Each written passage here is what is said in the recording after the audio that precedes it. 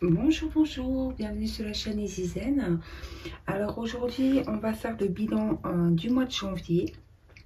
Je vais vous montrer un petit peu les épargnes, mes défis, combien j'ai réussi à mettre d'argent de côté pour le mois de janvier. En sachant que pour les épargnes, il y a eu également les cadeaux que j'ai eu au niveau financier à Noël. Donc automatiquement je les ai mis en épargne, j'ai rien dépensé par rapport à ça, même si j'ai fait des soldes, je les ai laissés de côté. Donc voilà un petit peu le récapitulatif de ce premier mois de janvier où les économies sont quand même assez conséquentes et dont je suis ravie. Donc pour vous montrer un petit peu comment je vais procéder, je ferai attention avec la lumière parce que je sais que quand je vais retirer le carnet, ça va vous faire flash dans les yeux. Donc je vais essayer de ne pas faire de cata, on va faire au mieux. En tout cas, il y a le 52 week, vous verrez qu'il y a le 52 semaines, mais avec d'autres montants également. En tout cas, ce carnet-là, par exemple, actuellement, il y a 15 € à l'intérieur, un billet de 10 et un billet de 5. Je pense que je n'aime pas trop la monnaie dans les carnets comme ça. Donc je pense que tout ce qui est en dessous de 5, je ferai 5 €. Au-dessus de 5, de 8, 9, je mettrai un billet de 10 €. Je vais arrondir, je pense, directement. Donc voilà, et tout va être traqué dans un tableau et afin que je puisse faire mon petit récapitulatif à la fin de l'année. Donc nous faisons aujourd'hui le point sur le fameux mois de janvier. Alors je vais vous parler un petit peu déjà des carnets, comme ça vous verrez après le récapitulatif au niveau informatique, qu'est-ce que ça donne. Donc si vous voulez les choses qui vont différencier un petit peu, c'est que si on prend par exemple ce carnet de défis, on retrouvera au niveau informatique, c'est que j'ai déterminé chaque défi pour une catégorie bien particulière au niveau épargne. Là par exemple c'est l'Islande.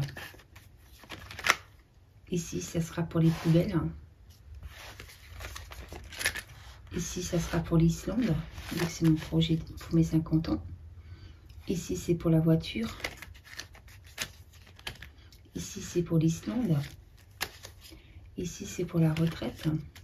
Là c'est pour les imprévus. Là c'est pour l'Ouest américain. Là c'est pour mon fonds d'urgence.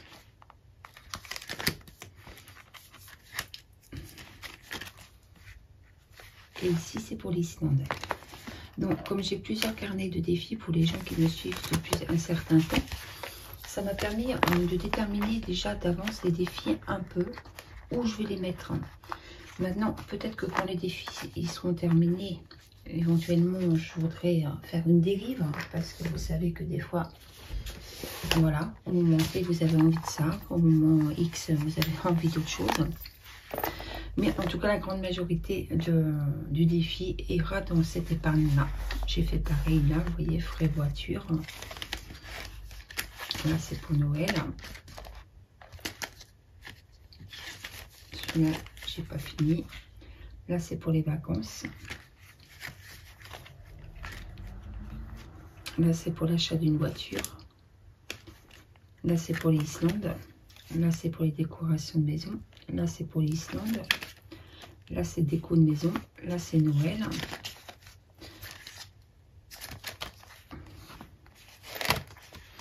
Donc, vous vous demandez pourquoi. Peut-être déterminer déjà d'avance dans quel défi, épargne je vais mettre dès que le défi sera terminé.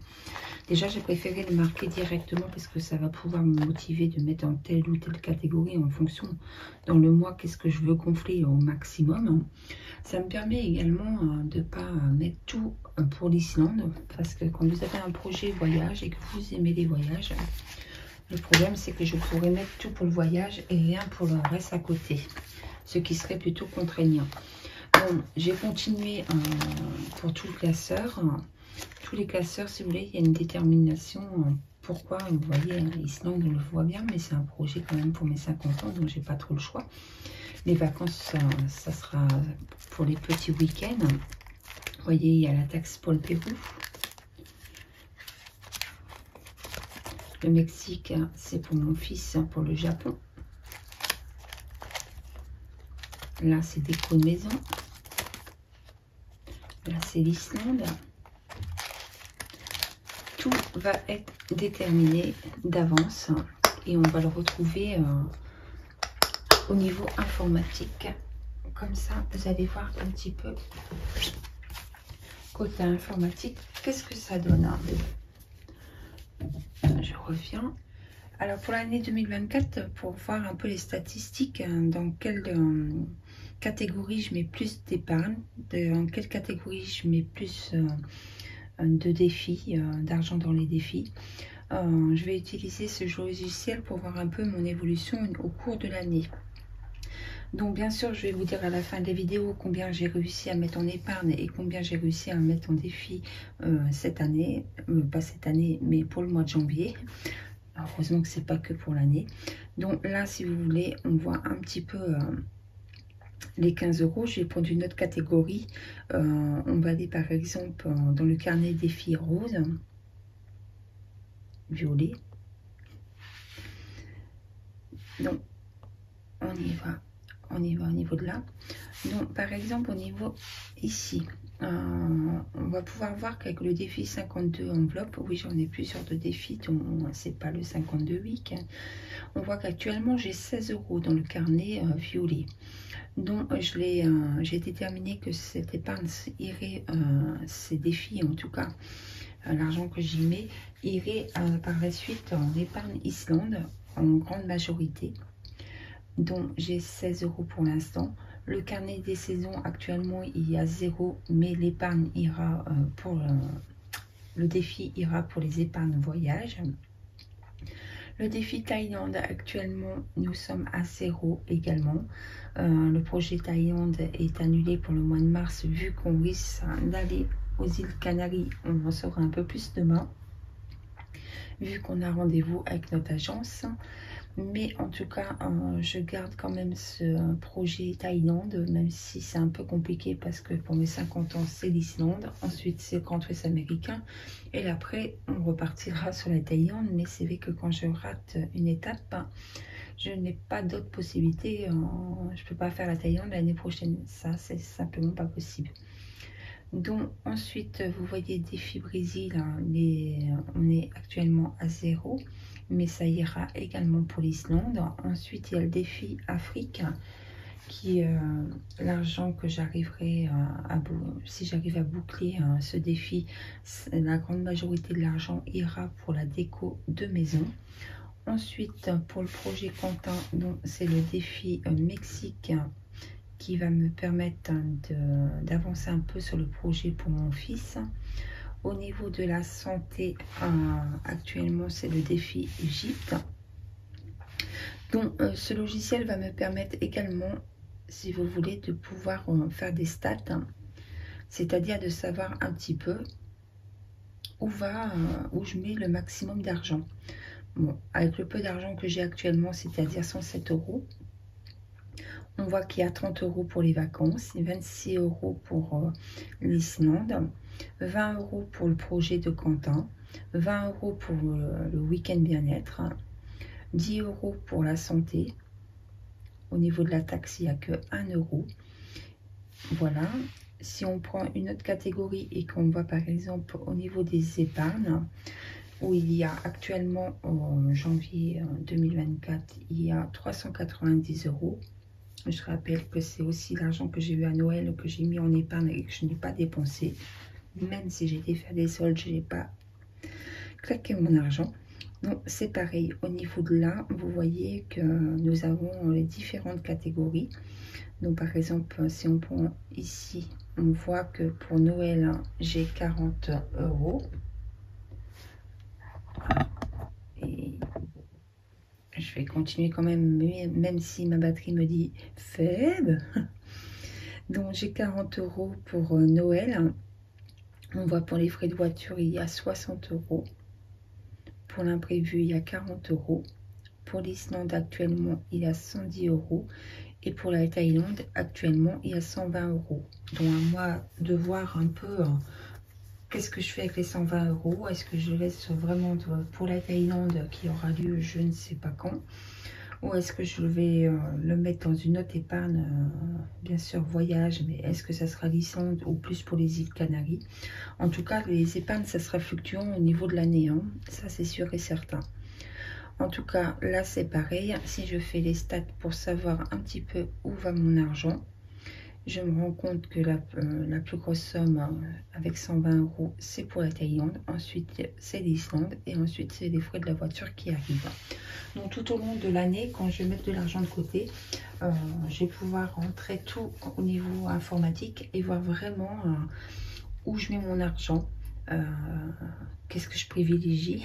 Là, vous voyez, par exemple, ça parle déjà, je suis contente de faire cette démarche au niveau informatique parce que si on regarde, j'aurais pas pris conscience, mais même si j'en avais plus ou moins la sensation, ça c'est sûr et certain, mais en tout cas je mets mon argent, vous voyez, pour les voyages, quoi, alors que c'est autant important.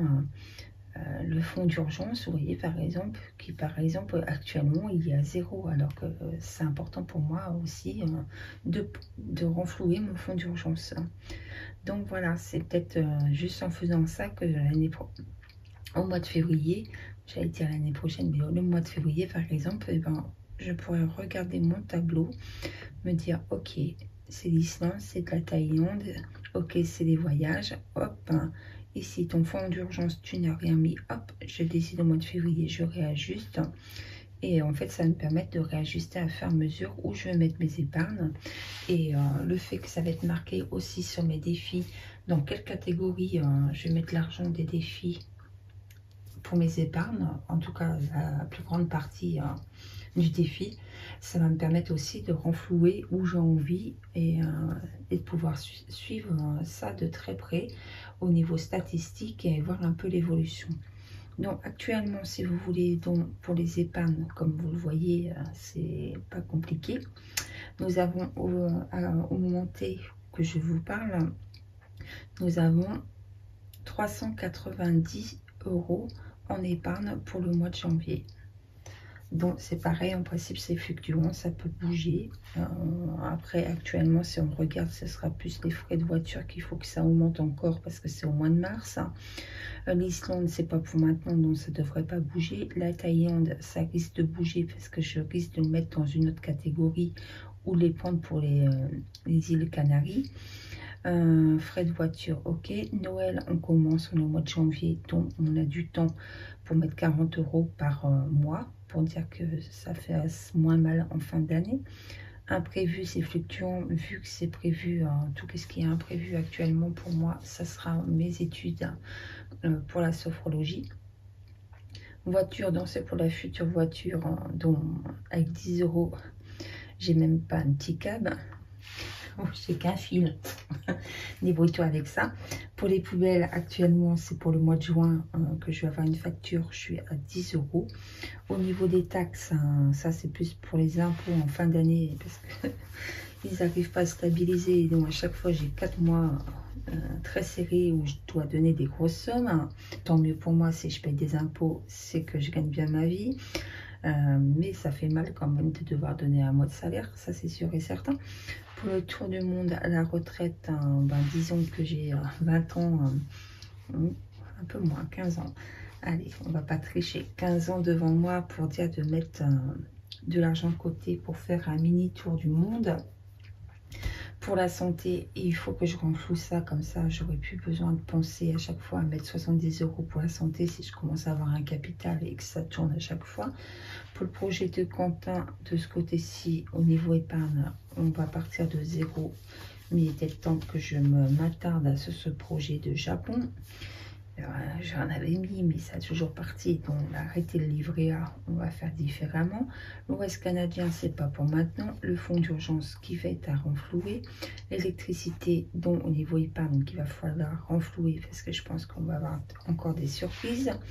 L'eau, c'est pareil à renflouer.